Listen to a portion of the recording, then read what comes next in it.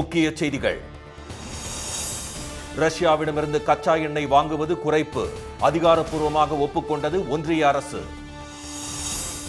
30,000 கோடி ரூபாய் அளவிற்கு மாநிலங்களுக்கு நிதி குறைப்பு, பாதுகாப்பு, குடிநீர் உள்ளிட்ட திட்டங்களுக்கும் நிதி குறைக்கப்பட்டு விட்டதாக ப. சிதம்பரம் குற்றச்சாட்டு.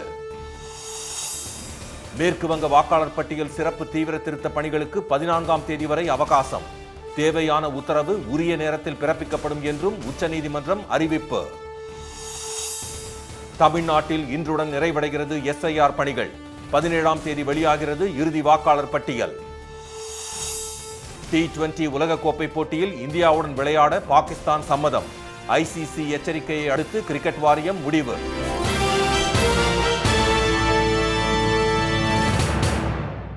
வணக்கம். கச்சா எண்ணெய் விவகாரத்தில் அமெரிக்காவின் அழுத்தத்தை அடுத்து ரஷ்யாவிடமிருந்து இறக்குமதியை இந்தியா குறைத்துள்ள நிலையில் உள்நாட்டு தேவைகளுக்கு ஏற்ப இந்த முடிவு எடுக்கப்பட்டுள்ளதாக மத்திய அரசு விளக்கமளித்துள்ளது.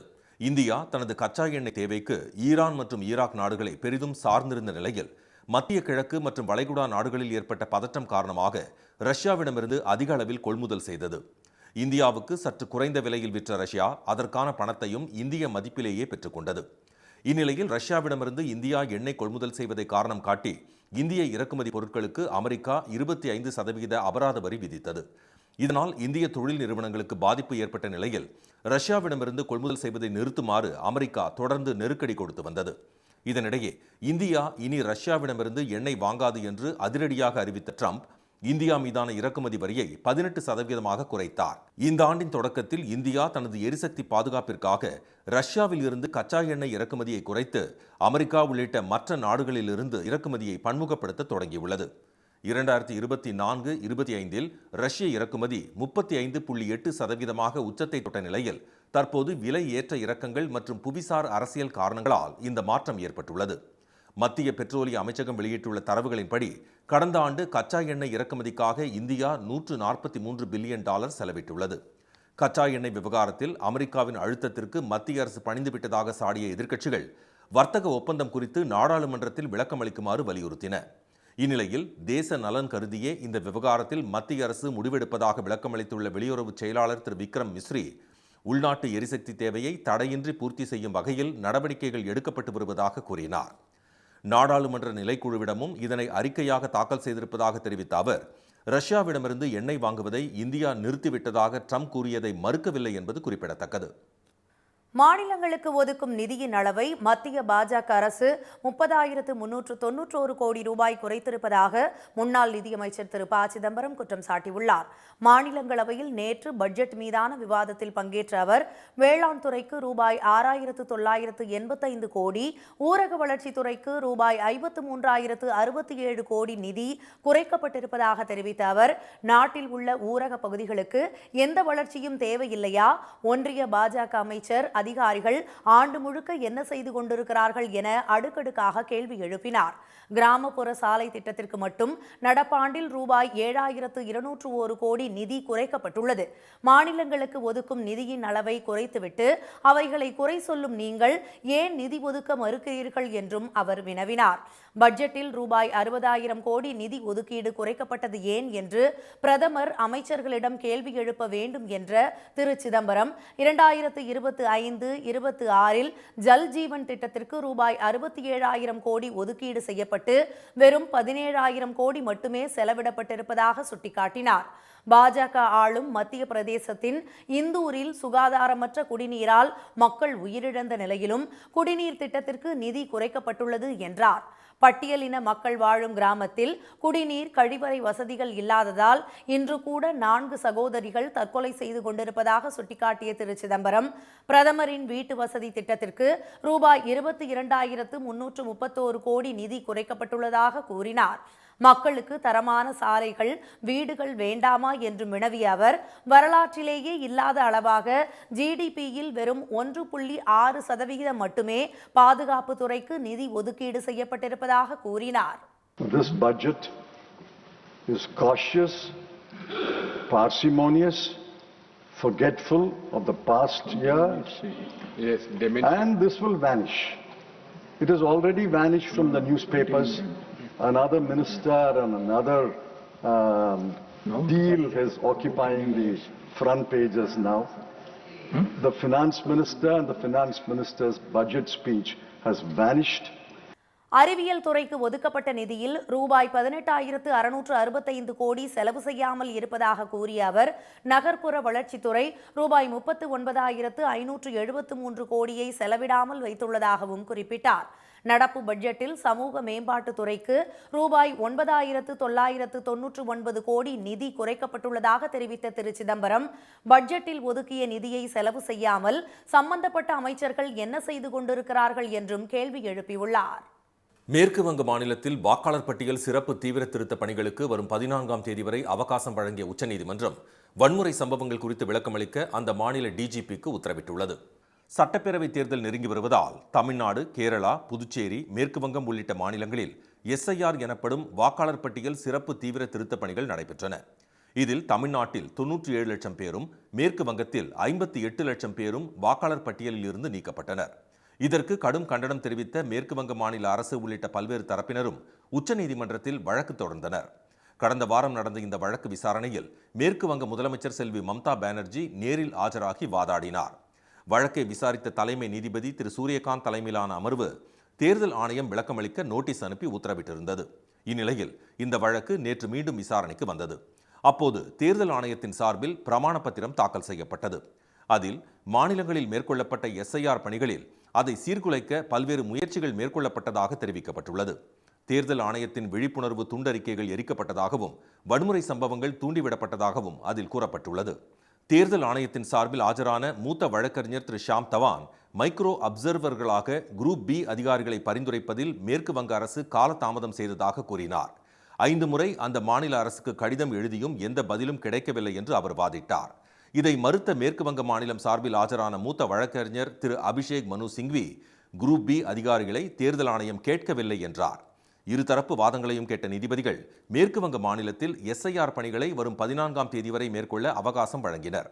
SIR பணிகளுக்கு எந்த விதத்திலும் இடையூறு ஏற்படுத்த அனுமதிக்க மாட்டோம் என்று கூறிய அவர்கள் மேற்கு வங்க மாநிலத்தில் தேர்தல் ஆணையத்திற்கு எதிராக நடந்த வன்முறை சம்பவங்கள் குறித்து அந்த மாநில டிஜிபி பிரமாண பத்திரம் தாக்கல் செய்ய வேண்டும் என்று உத்தரவிட்டனர். இந்த விவகாரத்தில் தேவையான உத்தரவு மற்றும் வழிமுறைகளை நீதிமன்றம் பிறப்பிக்கும் என்று கூறிய நீதிபதிகள் இதை அனைத்து மாநிலங்களும் புரிந்து கொள்ள வேண்டும் என்று அறிவுறுத்தினர். தமிழ்நாட்டில் 4 மாதங்களாக நடைபெற்ற SIR பணிகள் இன்றுடன் நிறைவடைய உள்ள நிலையில் வரும் 17ஆம் தேதி இறுதி வாக்காளர் பட்டியல் வெளியாக உள்ளது. தமிழ்நாடு, கேரளா, மேற்கு வங்கம், சத்தீஸ்கர், கோவா, குஜராத், மத்திய பிரதேசம், ராஜஸ்தான், உத்தரப்பிரதேசம் ஆகிய 9 மாநிலங்களிலும், அந்தமான் நிக்கோபார் தீவுகள், புதுச்சேரி, லட்சத்தீவு ஆகிய 3 யூனியன் பிரதேசங்களிலும் SIR பணிகளை தேர்தல் ஆணையம் மேற்கொண்டு வருகிறது. தமிழ்நாட்டில் SIR பணிகள் கடந்த நவம்பர் மாதம் 4ஆம் தேதி தொடங்கின. 2002 முதல் 2005ஆம் ஆண்டு வரையிலான SIR பணிகளுக்கு பிறகு வெளியான வாக்காளர் பட்டியலை அடிப்படையாக கொண்டு இந்த பணிகள் மேற்கொள்ளப்பட்டன. முகவரி மாற்றம், இறந்தவர்கள் என 97 லட்சத்திற்கும் மேற்பட்டோர் வாக்காளர் பட்டியலிலிருந்து நீக்கப்பட்டனர். சில இடங்களில் தவறுதலாக பெயர்கள் நீக்கப்பட்டதும், உயிருடன் இருப்பவர்களை இறந்ததாக காரணம் காட்டி பட்டியலிலிருந்து நீக்கியதும் அம்பலமானது. இதையடுத்து பெயர் சேர்க்க, முகவரி மாற்றம் செய்ய மீண்டும் தேர்தல் ஆணையம் அவகாசம் வழங்கியது. இந்த பணிகளில் 68,470 வாக்குச்சாவடி நிலை அலுவலர்கள் ஈடுபட்டனர். வீடு வீடாக சென்று விண்ணப்பங்களை வழங்கிய BLOக்கள் அவற்றை திரும்ப பெற்று பதிவேற்றம் செய்தனர். இந்த நிலையில் தமிழ்நாட்டில் வாக்காளர் பட்டியல் சிறப்பு தீவிர திருத்த பணிகள் இன்றுடன் நிறைவடைகிறது. இதில் 99% படிவங்கள் பதிவேற்றம் செய்யப்பட்டுள்ளதாகவும், இதுவரை படிவம் வழங்காத வாக்காளர்கள் இன்றைக்குள் வழங்கவில்லை என்றால் அவர்களது பெயர்கள் நீக்கப்படும் என்றும் தெரிவிக்கப்பட்டுள்ளது.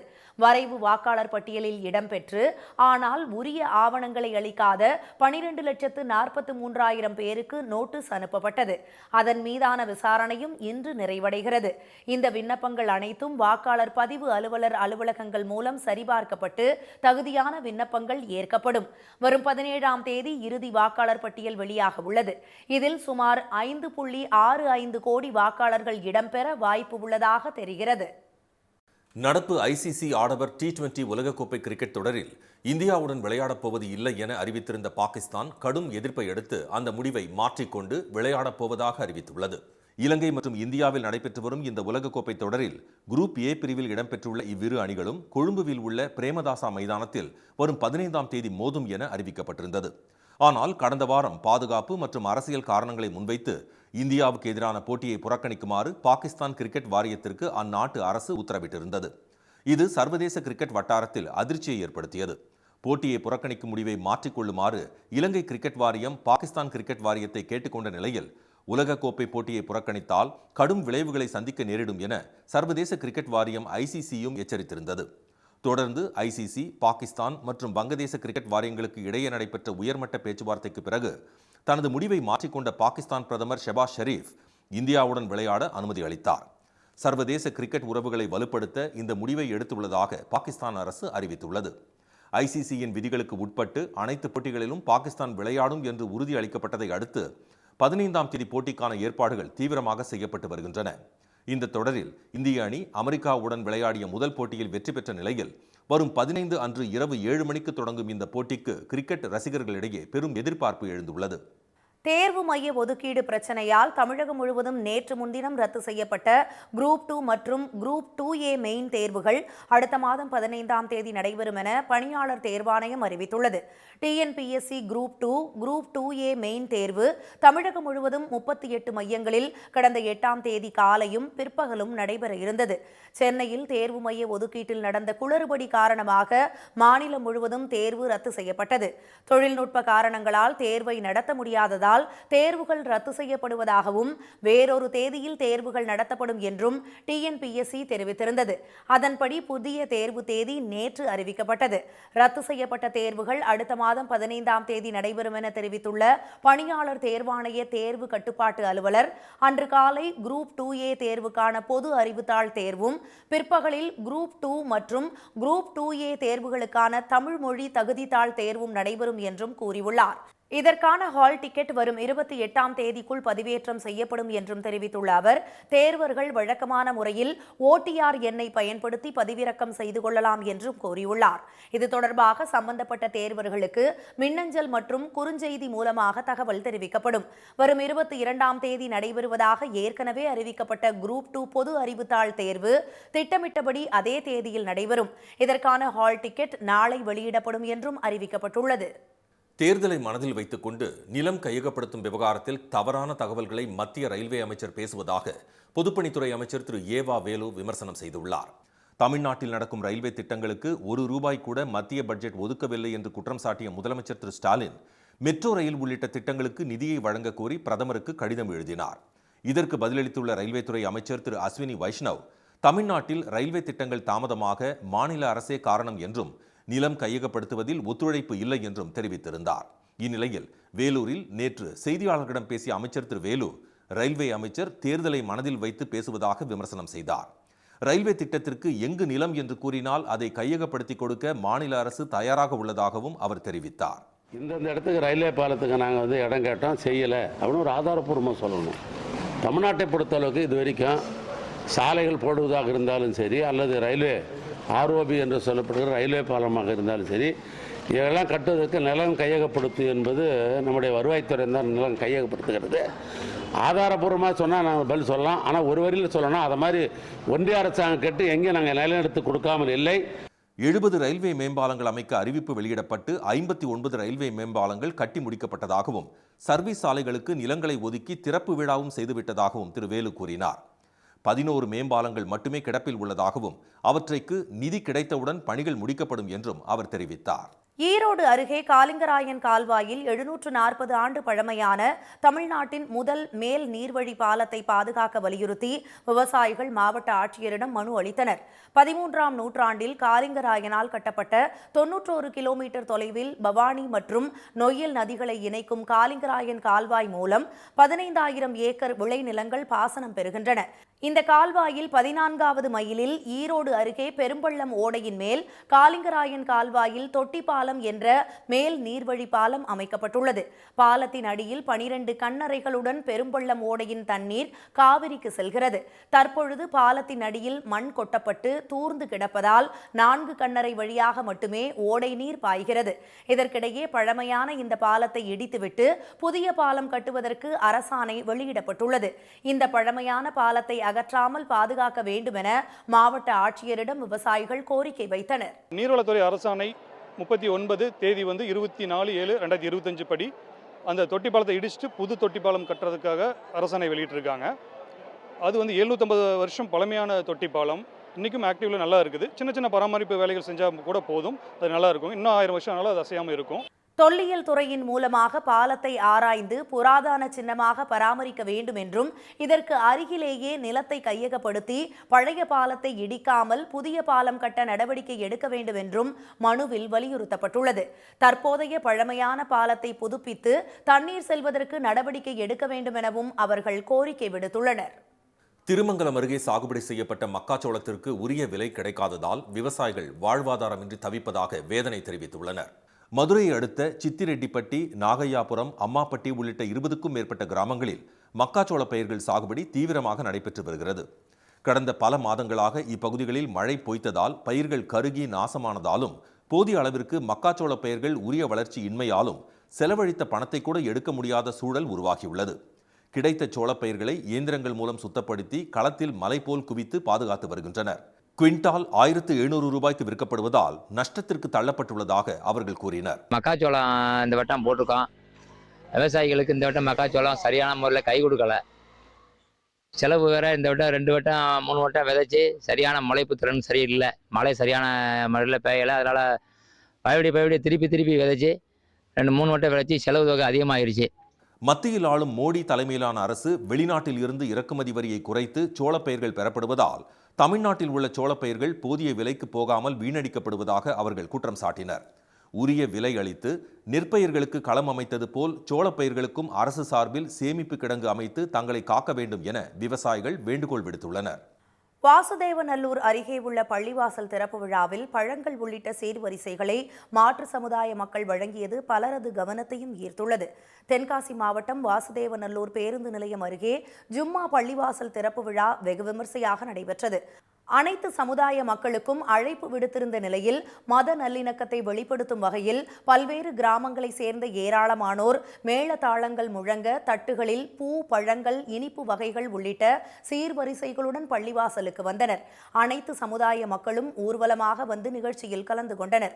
இது மனிதநேயம், சகோதரத்துவம், ஒற்றுமை எனும் உயர்ந்த பண்புகளை வெளிக்காட்டுவதாக அமைந்தது என்று மாற்று சமுதாய மக்கள் கூறினர். மக்களுக்கு தாய் வழி மாதிரி சொந்த மாதிரி இருக்கிறவங்களுக்கு நாங்கள் இந்த விழாவில் நாங்கள் கலந்துக்கிட்டு அவங்களுக்கு நாங்கள் சிறப்பிச்சு கொடுக்குறோம். மேலும் அவங்களுக்கு நம்ம நிகழ்ச்சி கொடுக்குற எல்லா அனைத்து சமுதாயமும் வந்திருக்கு. அதுக்கு ரொம்ப நன்றி.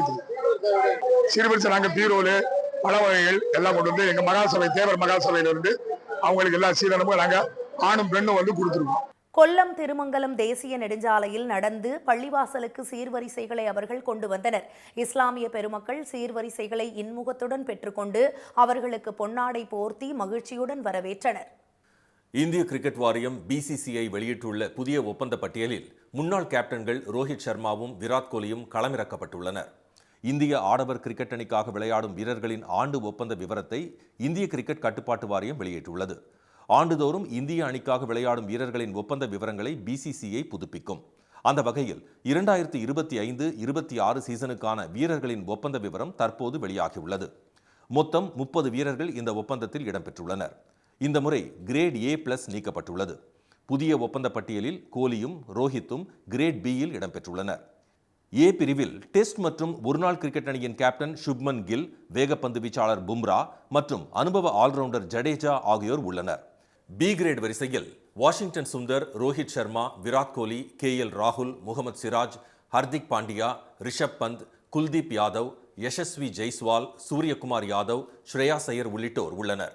கிரேட் Cயில் அக்சர் பட்டேல், திலக் வர்மா, ரிங்கு சிங், சிவம் துபே, சஞ்சு சாம்சன், அர்ஷ்தீப் சிங், பிரசித் கிருஷ்ணா, ஆகாஷ் தீப், த்ருவ் ஜுரேல், ஹர்ஷித் ராணா, வருண் சக்கரவர்த்தி, நிதிஷ்குமார் ரெட்டி, அபிஷேக் சர்மா, சாய் சுதர்ஷன், ரவி பிஷ்னோய், ருத்ராஜ் கெய்க்வாட் ஆகியோர் உள்ளனர். பெண்கள் பிரிவில் 21 வீராங்கனைகளுக்கு ஒப்பந்தம் புதுப்பிக்கப்பட்டுள்ளது. A கிரேடில் ஹர்மன் பிரீத் கவுர், ஸ்மிருதி மந்தனா, ஜெமிமா ரோட்ரிக்ஸ், தீப்தி சர்மா ஆகிய வீராங்கனைகள் சேர்க்கப்பட்டுள்ள நிலையில் B கிரேடில் ரேணுகா தாக்கூர், ஷஃபாலி வர்மா, ரிச்சா கோஷ், ஸ்னோ மார்னிங் ஆகியோர் இடம்பெற்றுள்ளனர். C கிரேடில் ராதா யாதவ், அமன்ஜோத் கவுர், பிரித்திகா ராவல், கிராந்தி கவுட், அருந்ததி ரெட்டி, ஸ்ரீ சரணி, யாஸ்திகா பாட்டியா, ஹர்லீன் தியோல், காஷ்வி கௌதம், ஜி கமலினி, வைஷ்ணவி சர்மா, தேஜல் ஹசாப்னிஸ் ஆகியோர் சேர்க்கப்பட்டுள்ளனர். தமிழ்நாட்டில் அடுத்த 3 நாட்களுக்கு அதிக அளவில் பனிமூட்டம் நிலவும் என்று சென்னை வானிலை ஆய்வு மையம் தெரிவித்துள்ளது. சென்னை மற்றும் புறநகர் பகுதிகளில் இன்று அதிகாலை முதல் லேசான பனிமூட்டம் நிலவியது. இதுபோல செங்கல்பட்டு, காஞ்சிபுரம், மதுராந்தகம் உள்ளிட்ட பகுதிகளிலும் பனிப்பொழிவு உணரப்பட்டது.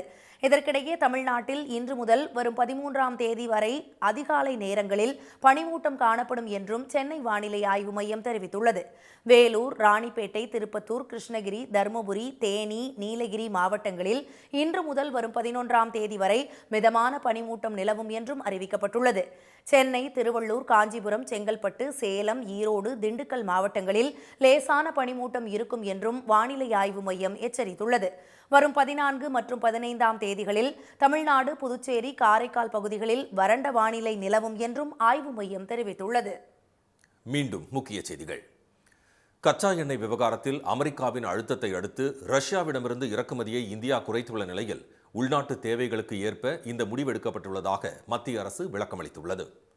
மாநிலங்களுக்கு ஒதுக்கும் நிதியின் அளவை மத்திய பாஜக அரசு 30,391 கோடி ரூபாய் குறைத்திருப்பதாக முன்னாள் நிதியமைச்சர் சிதம்பரம் குற்றம் சாட்டியுள்ளார். தமிழ்நாட்டில் 4 மாதங்களாக நடைபெற்ற SIR பணிகள் இன்றுடன் நிறைவடைய உள்ள நிலையில் வரும் 17ஆம் தேதி இறுதி வாக்காளர் பட்டியல் வெளியாக உள்ளது. இத்துடன் இந்த செய்திகள் நிறைவடைந்தன. மீண்டும் சன் டிவியில் செய்திகள் மாலை 6 மணிக்கு. செய்திகளை உடனுக்குடன் தெரிந்து கொள்ள QR கோடை ஸ்கேன் செய்து சன் நியூஸ் வாட்ஸ்அப் சேனலில் இணைந்திருங்கள். வணக்கம். வணக்கம்.